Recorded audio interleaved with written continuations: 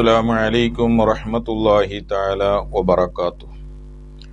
അൽഹംദുലില്ലാഹ് വസ്സലാത്തു വസ്സലാമു അലാ അഷ്റഫിൽ മഖ്ലൂഖീൻ വഅലാ ആലിഹി വസ്വഹ്ബിഹി അജ്മഈൻ. അമ്മാ ബഅദ്. പ്രിയമുള്ള മുഅ്മിൻ മുഅ്മിനാത്തുകളെ, നമ്മുടെ ശരീരത്തിൽ തന്നെ പല ജീവികൾക്ക് താമസിക്കാനുള്ള അധികാരം അല്ലാഹു സുബ്ഹാനഹു വ തആല സൃഷ്ടിച്ച് സംവിധാനം ചെയ്തിട്ടുണ്ട്. ഉദാഹരണം എടുത്തു നോക്കുകയാണെങ്കിൽ പേന് താമസിക്കുന്നത് തലയിലാണല്ലോ.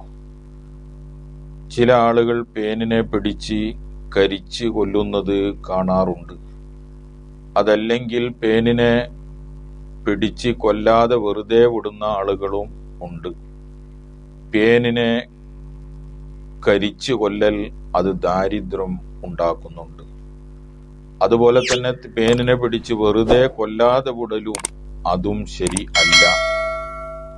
അതുപോലെ തന്നെ കാറ്റിനെ ചീത്ത പറയുന്ന ആളുകൾ ഉണ്ട്. കാറ്റിനെ ചീത്ത പറയൽ അത് ദാരിദ്ര്യം ഉണ്ടാക്കുന്നുണ്ട്.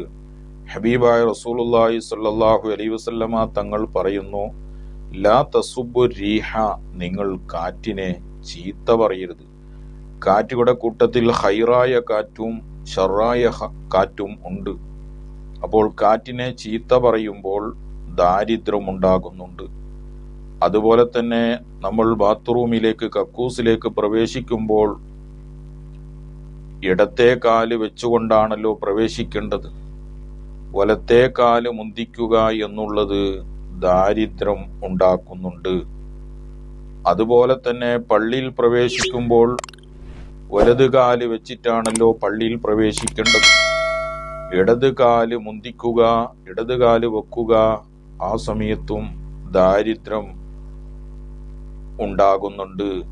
ഈ പറഞ്ഞ കാര്യങ്ങളെല്ലാം നാം ശ്രദ്ധിച്ചാൽ ഒരുപാട് ഐശ്വര്യവും ഒരുപാട് റഹ്മത്തും ഒരുപാട് ബറക്കത്തും നമുക്ക് ഉണ്ടാകും. അള്ളാഹു ആ കൂട്ടത്തിൽ നമ്മെ ഉൾപ്പെടുത്തി അനുഗ്രഹിക്കുമാറാവട്ടെ.